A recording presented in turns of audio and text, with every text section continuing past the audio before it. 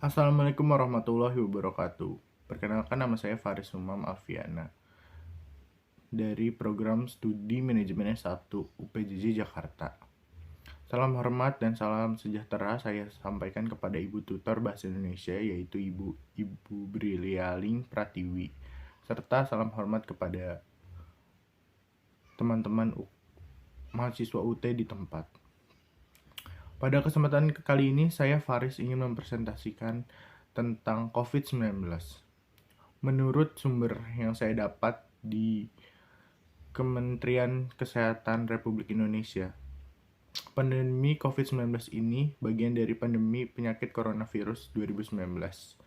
Kasus yang pertama kali ditemukan yaitu pada tanggal 2 Maret 2020. Ini diidentifikasi ketika 2 orang terkonfirmasi tertular dari seorang warga negara Jepang. Pandemi COVID-19 ini bukan hanya menyerang negara Indonesia, tetapi menyerang seluruh negara yang ada di dunia. Dampak negatif yang disebabkan oleh pandemi ini sangat luar biasa, mulai dari ekonomi, kesehatan, kegiatan sehari-hari yang dibatasi.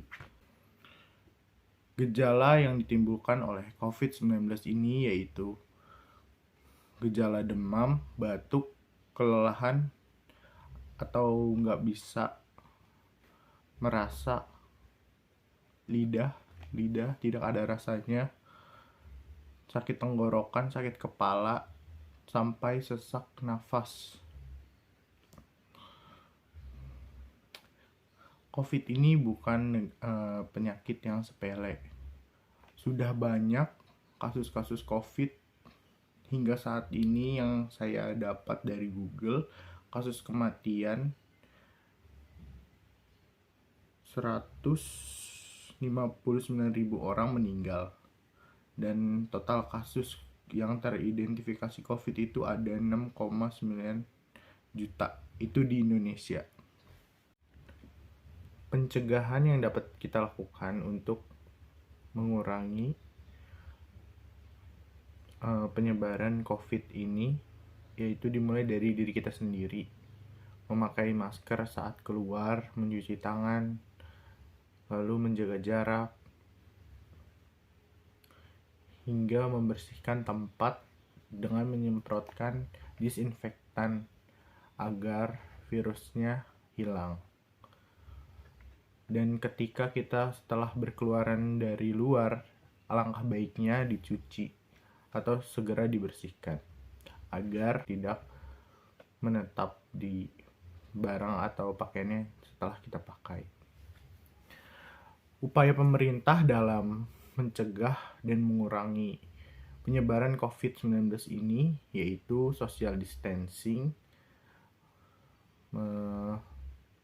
melarang adanya kegiatan-kegiatan yang kurang penting di luar, seperti wisata-wisata ditutup hingga dibatasi, tidak boleh diakses, warga negara asing tidak boleh keluar masuk, warga negara Indonesia juga tidak boleh keluar sampai masa yang ditentukan. COVID-19 ini sangat berpengaruh terhadap ekonomi yang ada di Indonesia. Seperti yang saya tadi bilang, wisata-wisata yang ada itu ditutup sehingga para turis yang masuk tidak bisa mengunjungi. Sehingga hal itu dapat menyebabkan berkurangnya devisa negara dan pemasukan para pengusaha lokal yang mengandalkan para wisatawan. Karena hal itu, pemerintah mengupayakan beberapa upaya untuk membangkitkan ekonomi yang ada di Indonesia. Salah satu contohnya yaitu dengan mensosialisasikan e-commerce sehingga walaupun kita berada di rumah, para pedagang bisa tetap berjualan. Mungkin sekian dari saya. Terima kasih. Assalamualaikum warahmatullahi wabarakatuh. Sekian presentasi yang bisa saya sampaikan.